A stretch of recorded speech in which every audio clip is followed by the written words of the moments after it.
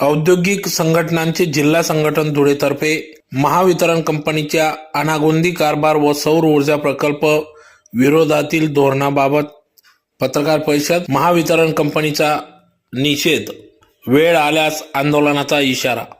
ज्या दिवसापासून पीएम सूर्यघर योजना सुरू झालेली असून त्या दिवसापासून महावितरण कंपनी नोडल एजन्सी म्हणून जबाबदारी स्वीकारून केंद्र सरकारकडून मुबलक प्रमाणात आर्थिक मानधन स्वीकारले आहे। त्यामुळे महावितरण कंपनीला भरपूर मानधन देखील भेटत असून केंद्र सरकारकडून शाबासकी देखील मिळत आहे। असे असताना देखील ग्राहकांना मात्र महावितरण मार्फत या ना त्या मार्गे प्रकारे खूपच जास्त प्रमाणात मानसिक आर्थिक त्रास दिला जात असल्याचं या ठिकाणी पत्रकार परिषदेतून औद्योगिक संघटनांचे जिल्हा संघटन धुळेच्या वतीने सर्व विविध संघटनांचे प्रतिनिधी यांनी आपली प्रतिक्रिया व्यक्त केली। तर ज्यात प्रामुख्याने पीएम सूर्यघर योजना ज्यावेळी अंमलात आली त्यावेळेस माननीय पंतप्रधान सौ भारत यांनी पहिल्या टप्प्यात स्पष्ट 1 कोटी घरात मागेल तितकी रहिवासी सौर ऊर्जा निर्मिती करून वापरण्याचे वचन दिले होते। त्या अनुषंगाने महावितरण कंपनीस देखील मानधन मिळत असून देखील भविष्यातील अडचणी समजून दूरदृष्टी ठेवून इन्फ्रास्ट्रक्चर मध्ये सुधारणा करणे अपेक्षित होती, ती आपली जबाबदारी देखील होती। तर त्याचबरोबर बेकायदेशीर व रीडिंग न घेता वीज ग्राहकास वीज बिले दिले जात असून त्याची मानसिक व आर्थिक पिळवणूक केली जात असल्याचा आरोप देखील या ठिकाणी पत्रकार परिषदेतून करण्यात आला व पठाणी वसुली करून बेकायदेशीररित्या वीज पुरवठा खंडित केला जात आहे। पीएम सूर्यघर योजनेत ग्राहकास स्वखर्चाने नेट व जनरेशन मीटर स्वखुशीने बसविण्यास तयार असताना आपण स्मार्ट मीटरच्या नावाखाली हजारो करोडो मीटर खरेदी करून नको त्या ठिकाणी जबरदस्तीने बसविण्यात येत असल्याचं देखील या ठिकाणी सांगण्यात आले व तीच रक्कम मीटर खरेदीवर खर्च करण्यापेक्षा इन्फ्रास्ट्रक्चर सुधारण्यावर खर्च केली असती तर सौर ऊर्जा प्रकल्पास उभारणी करण्यास अडचण आली नसती, अशी देखील प्रतिक्रिया या ठिकाणी व्यापारी वर्गाने व्यक्त केली। तर या प्रसंगी या ठिकाणी धुळे वीज ग्राहक संघटना, Laghu Udyog Bharati, Dhule industries and manufacture association, Dhule Avadhan manufacturers association, spun pipes manufacturers association, Dhule oil seeds crushers association, Khandesh औद्योगिक विकास परिषद, इंडियन मेडिकल असोसिएशन आदी संघटनांचे प्रतिनिधी या ठिकाणी उपस्थित होते। तर लवकरात लवकर या ठिकाणी महावितरण कंपनीने आपला अनागोंदी कारभार थांबवावा व सौर ऊर्जा प्रकल्प विरोधातील धोरणे देखील थांबवण्यात यावे, अन्यथा येत्या काळात आंदोलन करण्यात येईल असा देखील इशारा या ठिकाणी देण्यात आला। आपल्याला प्रेस नोट दिलेलीच आहे, परंतु त्या अनुषंगाने प्रत्येक व्यावसायिक आणि प्रत्येक व्यापारी वर्गाला वेगवेगळ्या पद्धतीने वेगवेगळ्या स्वरूपाच्या अडचणी आलेल्या आहेत। मागच्या वेळेस आपण जेव्हा पत्रकार परिषद घेतली होती तेव्हा औद्योगिक संघटनांना प्रॉब्लेम होते। औद्योगिक संघटनांना संध्याकाळचे वीज बिल माफ केलं जाणार नाही, सोलर मधून प्रॉफिट होणार नाही, या बाबतीत आपली मीटिंग होती आणि तेव्हा घरगुती ग्राहक स्वतः सुरक्षित मानत होते। सगळी साहेबांनी तेव्हा एक भाकीत व्यक्त केलं होतं की हीच वेळ घरगुती ग्राहकांवर पण येईल आणि आता ती आलेली आहे। फॉर एक्झाम्पल, आपल्याला घरगुती वीज वापरासाठी जर जास्त युनिटची आवश्यकता असेल, आपला लोड 3 किलोवॅट सँक्शन असेल तर आपल्याला 3 किलोवॅटचं सोलर सँक्शन देण्यात येणार नाहीये। कमी जेवढा आपला वापर आहे तेवढ्या युनिटच आपल्याला सोलर बसवता येणार आहे आणि त्याचबरोबर आपल्याला ऑटो डिस्कनेक्शन पण चालू करण्यात आलेले आहेत। तर अशा पद्धतीने भरपूर जे प्रॉब्लेम्स आहेत महावितरण कंपनीकडनं किंवा पॉलिसी मेकिंग लोकांकडनं, तर ते डिस्कस करण्यासाठी आपण जमलेलो आहोत। मी माननीय जमलेलो आहोत।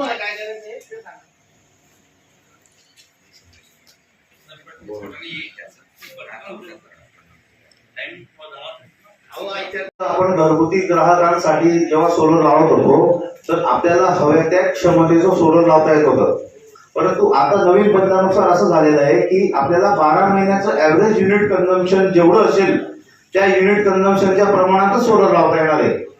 म्हणजे तुमचा लोड जर 5 किलोवॅट सँक्शन असेल आणि तुमचा जर युनिट 5 किलोवॅटच्या पेक्षा कमी वापर असेल, 2 किलोवॅटच्या प्रमाणे युनिट वापरत असेल तर आपल्याला 2 किलोवॅटचं सोलर वरून सँक्शन होणार आहे। आणि सपोज आपल्याला जर घरात एसी वाढवायचा असेल, कूलर वाढवायचा असेल, काही फ्रीज वाढवायचं असेल, तर आपण ऐच्छिक आपण वाढवू शकत नाहीये. त्याच्यासाठी मागील 12 महिन्याचा ऍव्हरेज काउंट होणार आहे आणि त्या अनुषंगाने आपल्याला सोलर सँक्शन दिलं जाणार आहे, जे की आपल्या सर्वसाधारण ग्राहकांवर अन्यायकारक आहे. दुसरी गोष्ट, ऑटो डिस्कनेक्शन. ऑटो डिस्कनेक्शनने जे आता स्मार्ट मीटर लावण्यात आलेले MSCDCL कडून, तर त्या स्मार्ट मीटर मध्ये थकबाकीदारांचे कनेक्शन हेड ऑफिस वरून डिस्कनेक्ट होत आहे. त्यांची लिस्ट त्यांच्याकडे जाते. थकबाकीदारांचे मीटर डिस्कनेक्ट झाले याच्यावर आपली कोणतीही हरकत नाही, परंतु ज्यांचे युनिट सदोष घेतलेले आहेत, सदोष लाईट बिलामुळे ज्यांचे एक्सेस रिडिंगची त्यांनी काउंटिंग केलेली आहे, जादाचं लाईट बिल आकारणी केलेलं आहे, तर जादाचं लाईट बिल आकारणी केलेलं असताना सुद्धा ते ऑटो डिस्कनेक्शन होत आहे आणि त्या लोकांना आपल्याला परत पुन्हा रिकनेक्शनसाठी हेड ऑफिसला त्यांना रिपोर्टिंग करावं लागतंय आणि त्याच्यानंतर आपल्याला ते वीज पुरवठा सुरू करून देत आहेत. ही गोष्ट अतिशय त्रासदायक आहे. घरगुती ग्राहक असो की कमर्शियल ग्राहक असो, सर्वांनाच आता मगाशी 2-3 दिवसापासून जवळजवळ 150 कस्टमर असे आहेत की ज्यांचे ऑटो डिस्कनेक्शन करण्यात आलेले आहेत. त्याच्यातले बरेचसे ग्राहक विनाकारण सदोष रिंगमुळे डिस्कनेक्ट करण्यात आलेले. तर त्याविरोधी आपल्याला आम्ही पूर्ण महाराष्ट्रभर ही चळवळ राबवत आहोत आणि आपल्या मार्फत पत्रकार बांधवांमार्फत या विषयाला वाचा फोडावी यासाठी आपल्याला इथं एकत्रित बोलवण्यात आलेलं आहे. या विषयावर आपल्याला काही प्रश्न उत्तर असतील तर आपण विचारू शकता. स्वतंत्र आहे. ऍडिशनल सिक्युरिटी डिपॉझिट म्हणून जर आपल्या मीटर लाईट बिलामध्ये एखादा कॉस्ट आला तर त्याचा अर्थ असा आहे की आपल्या लोड प्रमाणे जी सिक्युरिटी डिपॉझिट आपण महावितरण कंपनीला भरली पाहिजे होती ती कुठेतरी मागच्या अनुषंगाने कमी पडते, तर ती ऍडिशनल जी आहे ती त्यांना लावून आणून दिली जाते. राहिले दुसरं ऑटो सिक्युरिटी डिपॉझिट लाईट बिलातून कपात केली जाते. तर कुठेतरी होतं असं आहे की आपले जे सिक्युरिटी डिपॉझिट आहे, आपण जर 2-3 महिने लाईट बिल थकीत केलं तर ते लाईट बिल कुठून वसूल करायचं याच्यासाठी सिक्युरिटी डिपॉझिट घेतलेली. बरोबर आहे सर, जो मुद्दा म्हटला तो बरोबर आहे सर. अडचण काय होते, मी परत तो जो सुरुवातीला सांगितलं, महावितरण रिडिंग प्रॉपर घेत नाही, ऍव्हरेज बिलिंग करते. ऍव्हरेज बिलिंग मुळे काय होतंय की त्यांचं 2-2, 3-3 महिने बिल थकीत होतात. त्यांची जी एजन्सी अपॉइंट केलेली आहे ती एजन्सी शासनाने, महावितरणाने एजन्सी एका थर्ड पार्टीला त्यांनी मीटर रिडिंग घेण्याचं काम दिलेलं आहे. ते टाइमची रिडिंग घेत नाही, ते टाइमची रिडिंग घेत नाही तर computer auto generate bill generate करतोय. मागच्या रेफरन्स बिल तो बिल जनरेट करतोय आणि ग्राहक साहजिक ते बिल भरणार नाही. तर ते 2-3 महिने थकीत झालं, 2-3 महिने थकीत झालं की ती थकीत दिसते. पण महावितरणाचा एक रूल आहे की जर 2 महिने सलग तुम्ही लाईट बिल नाही भरलं तर तुमच्या एसडी मधनं ते जमा करून घेतात. मग ती एसडी तुमची नील होऊन गेली, मग ती एसडी परत तुम्हाला पुढच्या बिलात लागून येते. हा आमचा एक पहिला टप्पा होता आणि प्रेस झाल्यानंतर जे आता आम्ही महावितरण कंपनीला तुमच्या मार्फत आवाहन करणार आहोत की सदोष रिडिंग असलेल्या ग्राहकांचं डिस्कनेक्शन करता येणार नाही आणि जर अशी केस परत आली तर तेव्हा आम्ही परत इथं एक जन आंदोलन जसं तुम्ही म्हटलं तर तसं आमचा पुढचा प्रोग्राम तो 3-4 दिवशी आजपासून एक प्रत्येक जिल्ह्यामध्ये एक आंदोलन उभं केलं जाणार आहे, एक मोर्चा निघणार आहे आणि त्याच्यातून सर्व ग्राहकांना आणि महावितरण कंपनीच्या दरवाजापर्यंत आम्ही हा मोर्चा देणार आहोत आणि त्यांना या बाबतीमध्ये बदल करण्यासाठी भाग पाडणार आहोत. एक सगळ्यांना याच्यासाठी पाठवलं जातो, त्यांचे सूचना आणि त्या लक्षात घेतल्या जातात, फीडबॅक आणि त्याच्यानंतर पॉलिसीवर शिक्कामोर्तब होतो. तशी पण प्रथा अलीकडच्या काळात बंद झालेली महावितरणची. म्हणजे त्यांना जे वाटलं आज रात्री ठरवलं, उद्या सकाळी डायरेक्ट इम्प्लिमेंटेशन आणि तो नियम, ही पण बाब चुकीची आहे. अलीकडच्या मागील काळामध्ये महावितरणने रात्रीच्या वापरावर सोलर जनरेटेड पॉवरचा रात्रीच्या वापरावर बंद करून टाकले. लोकांनी जे सोलर लावलेले आहेत, उद्योगांनी सगळ्यांनी लावलेले आहेत, तर जे दिवसभरामध्ये सोलर जनरेशन करेल तेवढाच तुम्हाला वजावट मिळेल, रात्रीचा नाही. आपण सोलर लावतोय त्यासाठी की ती जनरेट झालेली पॉवर आपल्याला 3 शिफ्टमध्ये म्हणजे सकाळ रात्र दोन्ही वेळेस मिळावी, तो पण चुकीचा निर्णय आहे. आणि ही जी पॉलिसीमध्ये बदल, उदाहरणार्थ आता जो झालेला आहे, आता याच्यात असं आहे की जो नवीन घर बांधतो किंवा एक्झिस्टिंग असं घर पण असतं, बिल जास्त येतं त्याच्यामुळे तो साहजिक सोलर लावतो. आपण जेवढं नेहमी वापरतो, समजा आपलं 3 बेडरूम हॉल किचनचं घर असेल, 2 AC असतील, वॉशिंग मशीन असेल, कूलर असेल, लाईट पंखे असतील, आपण जेव्हा सोलर लावतो तेव्हा आपण थोडंसं वाढीव क्षमतेचं लावतो साहजिकच, की जेणेकरून आपण भविष्यात काही गाड्या घेतल्या, 2 व्हीलर घेतल्या, ऑटो ई-व्हेकल्स घेतले किंवा आहे सोलर म्हणून आपण 1-2 AC जास्त लावू. बरेच लोक बिलामुळे AC लावत नाहीत. उन्हाळा आपल्याकडे कडक असतो पण बिलामुळे आपण लावत नाही, तर सोलर लावल्यानंतर काही प्रॉब्लेम नाही म्हणून आपण वाढवू. तर आता तसं नाही करणार आहे. महावितरणचं असं म्हणणं आहे की तुमचा वर्षभराचा जो वापर आहे सरासरी, त्या सरासरी वापर म्हणजे सरासरी तुमचे जेवढे युनिट येतात तेवढ्याच क्षमतेचं तुम्हाला सोलर आम्ही परमिट करू, त्याच्या उपरचं नाही. तर हे पण चुकीचं आहे. असं थोडी आहे की आपल्याला जास्तीचा लावायचा आपण जास्त पण वापर करू.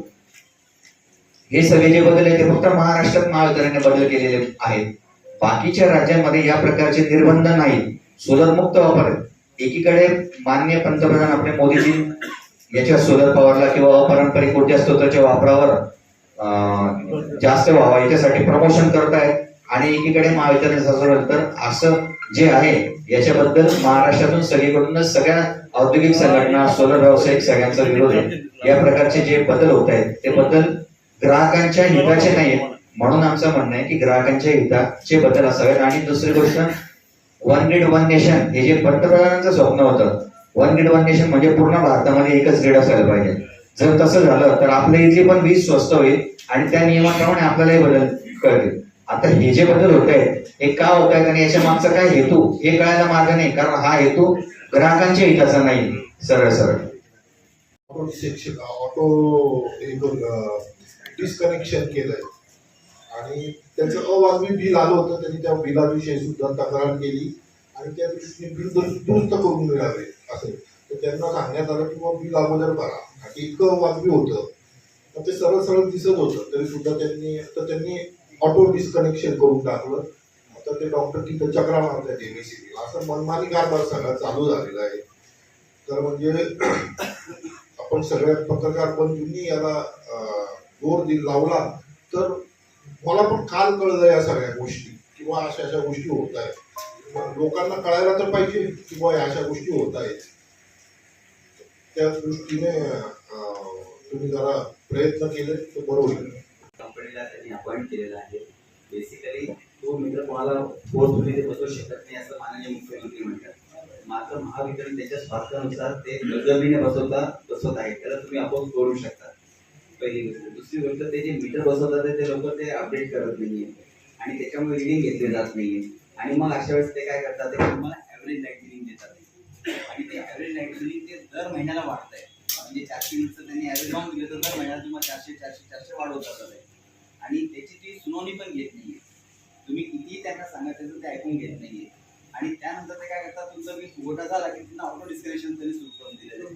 आता महावितरणाची अडचण अशी सर की तुम्ही त्यांना समजा 50,000 रुपये भरले, आता तुम्ही अनामत केली 50,000 भरा मग आम्ही तुमचं लाईट कनेक्ट करू, आणि ते 50 नंतर लक्षात आलं की तुमचे फक्त 1,000 रुपये देणे त्यांना, तर ते 49,000 तुम्हाला कधीच परत देणार नाही. ते तुम्हाला क्रेडिट नोट देऊन देतील की आम्ही आता हे जमा करत राहू. म्हणजे त्यांचे काय आपल्याकडे खाऊ आहे का? मूळ मुद्दा तो आहे. त्यांच्याकडे गेल्या 1 वर्षापासून ते रिडिंग घेत नाही. तुम्हाला धुळ्याचे 80 ते 85 महाराष्ट्रात दिसेल की 80-85% ॲव्हरेज बिलिंग चालू आहे. तिथे आपण सांगायला गेलो तर ते एमआयसीपीवर टाकतात. एमआयसीपीकडे गेलो तर ते म्हणतात आम्ही त्यांच्याकडे पुश करून दिलेलं आहे. त्यांनी रात्री ते स्वप्न बघतात तर दिवसात ते नियमावली लागू करून देतात. त्याचा कोणताच त्यांच्याकडे बॅकअप प्लॅन नाही की त्याच्यात काही दोष आले तर आपण कशा प्रकारे त्याचं निवारण करू. ही सगळ्यात 5 केडब्ल्यू 3 केडब्ल्यू 10 केडब्ल्यू वॉटर हिट बिलिंग पावसाळ्यात ते 2-2.5 युनिटच्या ॲव्हरेज जनरेट करतात. मात्र उन्हाळ्यात ते 7 युनिट पण जास्त प्रॉपर क्लीन केले तर 6.5-7 युनिट पण जनरेट होतात प्रति किलोमीटर. आता ते म्हणतात की इतकंच जनरेट व्हायला पाहिजे, ते हे सांगणार ते कोण? अशा बऱ्याच गोष्टी आहेत. आता जेव्हा माननीय नरेंद्र मोदींनी स्वप्न पाहिलं की आपल्याला 1 कोटी घरांना सोलर लावायचं आहे, तर ते 1 कोटी सोलर तर असं लागलं जाणार नाही. मग महावितरणाला त्याचं आणि महावितरणाला त्याचे चार्जेस भेटतात. महावितरण त्याच्यात फुकट काम करत नाही. माईक सुरू झालं.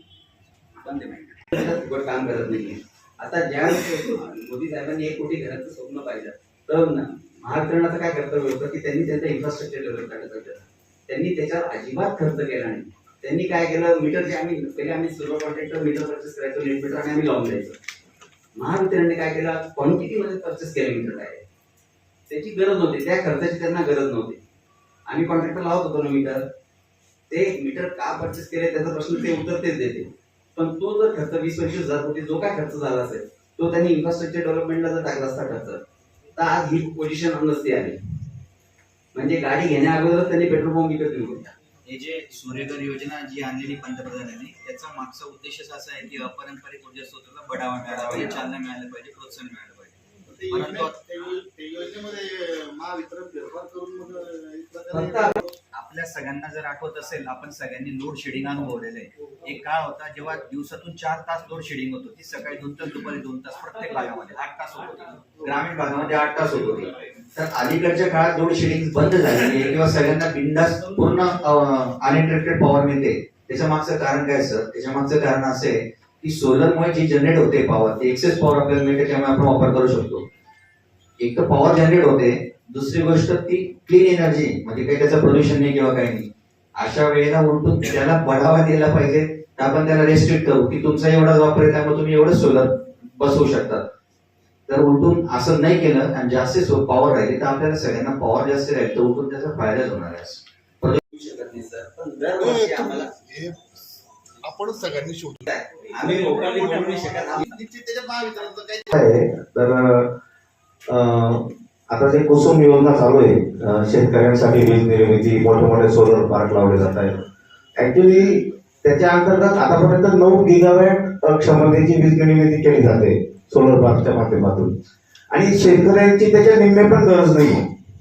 आता शेतकऱ्यांच्या नावावर जर ही काही चालू आहे कुसुम योजना, प्रधानमंत्री सौर कृषी योजना, वाहिनी योजना वगैरे वगैरे, तर महावितरण कंपनी कुठेतरी स्वतः वीज निर्मिती कंपनी उभा आहे. महावितरण कंपनीचं काम काय होतं की तयार झालेली वीज आपल्यापर्यंत पोहोचवणं, त्याला म्हणतात distribution company limited. Generation company वेगळी होती, Maharashtra state electricity generation company वेगळी आहे. तिचं काम काय आहे की वीज जनरेट करायची आणि ती महावितरणला द्यायची, महावितरण त्याचे पैसे द्यायचे. अलीकडच्या काळात काय झालं, दिवसा शेतकऱ्याला वीज देण्याच्या नावाने सोलर प्रोजेक्ट लावण्यात आले, जे आपण सौर शेती म्हणतो त्याला, ग्राउंड माउंटेड. तर त्या सोलर प्रोजेक्ट मधून एक्सेस वीज निर्मिती करण्यात येते. ती वीज निर्मिती कुठं खपवणार? तर त्याला चालना मिळण्यासाठी घरगुती असो, कमर्शियल असो, इंडस्ट्री असो, या ग्राहकांवर कुठेतरी गदा आणली जाते. तुम्ही जे म्हणताय आक्षेप काय असतो, तर हा आक्षेप आहे की ती वीज निर्मिती त्यांनी न करता प्रत्येकाला वीज निर्मितीचा अधिकार आहे, त्याला त्याच्यापासून फायदा होते, तर त्यांना करण्याची संधी द्यावी. राहिली गोष्ट आमचं ग्रीड वापरताय, तर त्याला तुम्ही ग्रीड सपोर्ट चार्जेस लावताय, तुम्ही बिलिंग चार्जेस लावताय.